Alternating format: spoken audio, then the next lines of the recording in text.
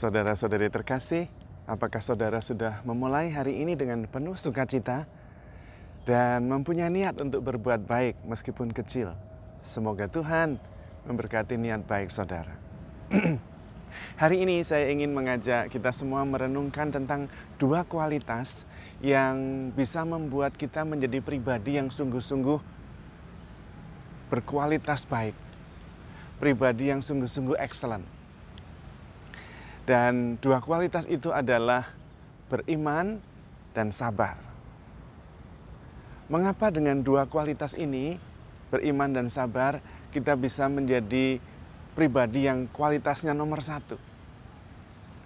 Karena dengan dua kualitas ini, kita bisa menikmati janji Tuhan dan hidup kita menjadi lebih damai, tetapi juga sangat inspiratif dan dikenal luar biasa. Mengapa? Pertama, karena kita percaya pada janji Tuhan. Kalau kita percaya dan kemudian sabar, kita akan menikmati janji Tuhan itu.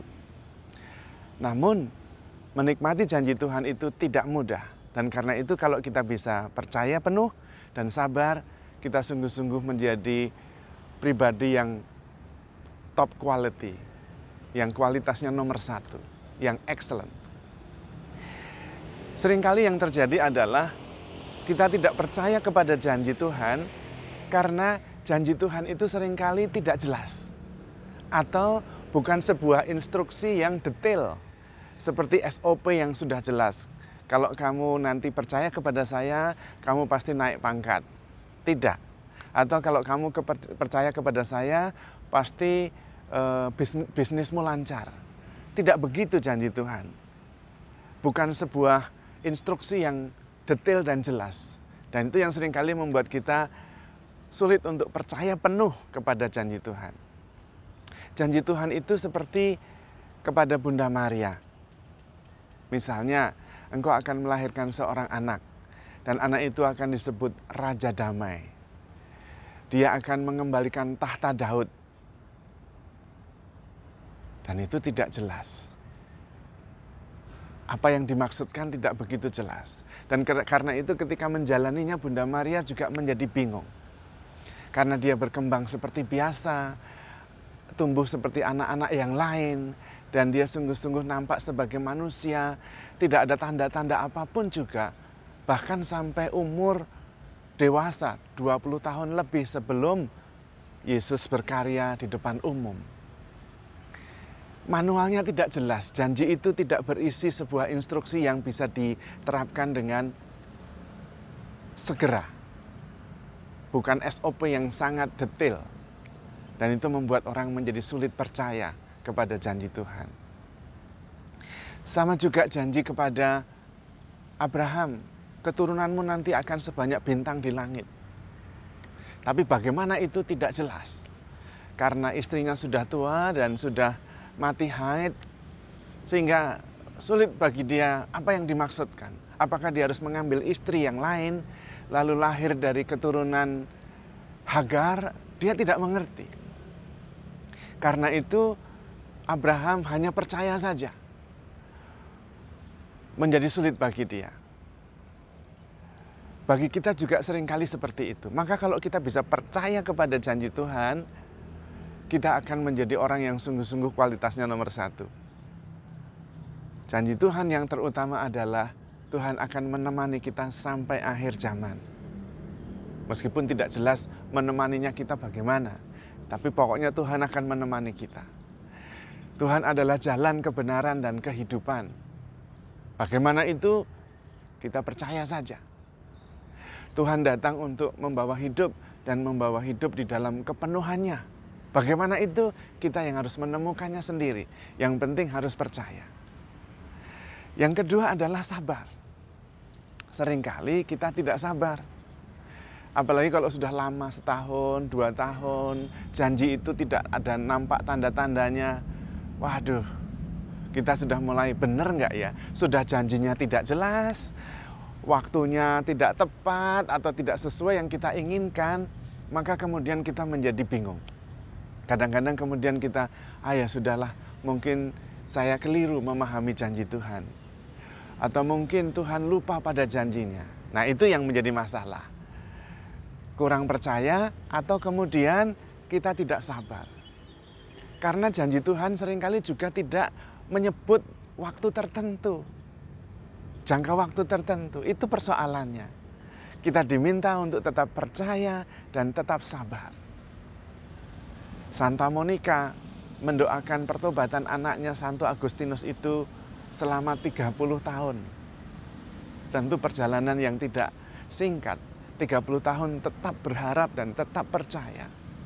Dan karena itu ketika Santo Agustinus kemudian bertobat, sesudah 30 tahun Santa Monica berdoa, Santa Monica menjadi orang yang inspiratif sekali. Sampai sekarang kita bisa meneladaninya.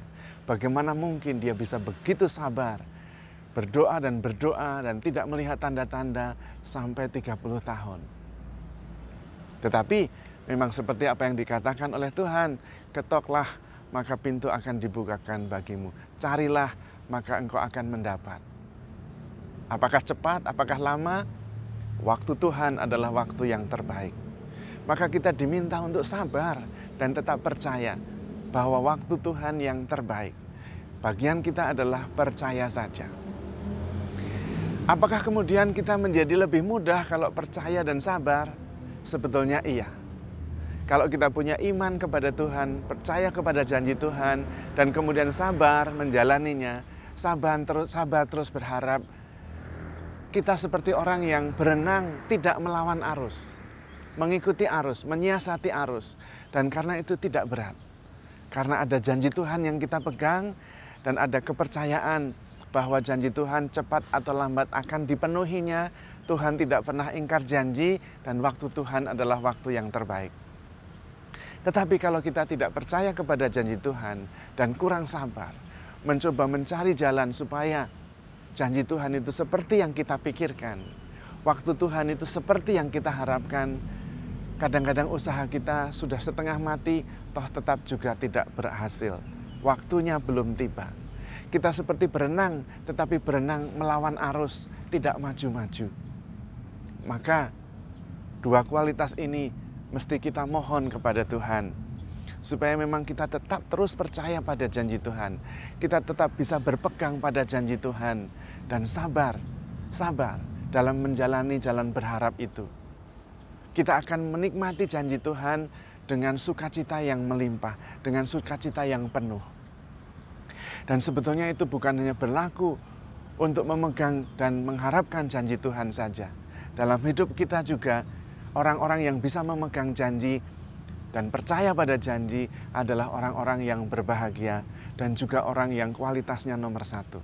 Perkawinan tidak usah jauh-jauh contohnya. Adalah dua orang yang hidup berdasarkan janji. Janjinya sendiri dan janji pasangannya. Bahwa akan mencintai, menghormati, mengabdi seumur hidup tanpa syarat, tanpa batas waktu. Itu janji yang luar biasa sekali. Tetapi di dalam perjalanan tidak mudah untuk berpegang janji, berpegang pada komitmen. Ada begitu banyak godaan dan seringkali mengatakan, oke, ini mungkin lebih baik kalau saya tidak usah pegang janji. Ini mungkin lebih baik kalau komitmennya diubah karena nampaknya tidak cocok. Seringkali godaan itu ada. Tetapi kalau kita setia berpegang pada janji, pegang pada komitmen, dan juga sabar menjalaninya, kita adalah orang-orang yang sungguh berkualitas. Tetapi yang jelas, Tuhan tidak pernah ingkar janji. Dan kalau kita sabar, kita akan menikmati janji Tuhan dengan sukacita yang berlimpah. Dalam menjalankan janjinya pun, kita menjalaninya dengan lebih ringan. Bukan tidak ada usaha, tetapi lebih ringan seperti berenang dan tidak melawan arus. Ada kekuatan yang mendorong kita supaya kita tetap bisa tekun dan setia berpegang pada janji Tuhan. Karena itu Abraham berani meninggalkan tanah terjanji, meninggalkan tanah asal dan menuju ke tanah terjanji tanpa jaminan apa-apa, kecuali jaminannya adalah janji Tuhan sendiri. Karena itu Abraham berani mempersembahkan Ishak, anaknya yang sulung, untuk dipersembahkan kepada Yahweh, karena dia berpegang pada janji Tuhan bahwa Tuhan tidak pernah ingkar janji dan keturunannya akan sebanyak bintang di langit. Tidak ada keraguan untuk mempersembahkan Ishak. Meskipun dia tidak tahu bagaimana kemudian keturunannya akan berkembang karena satu-satunya anak dipersembahkan.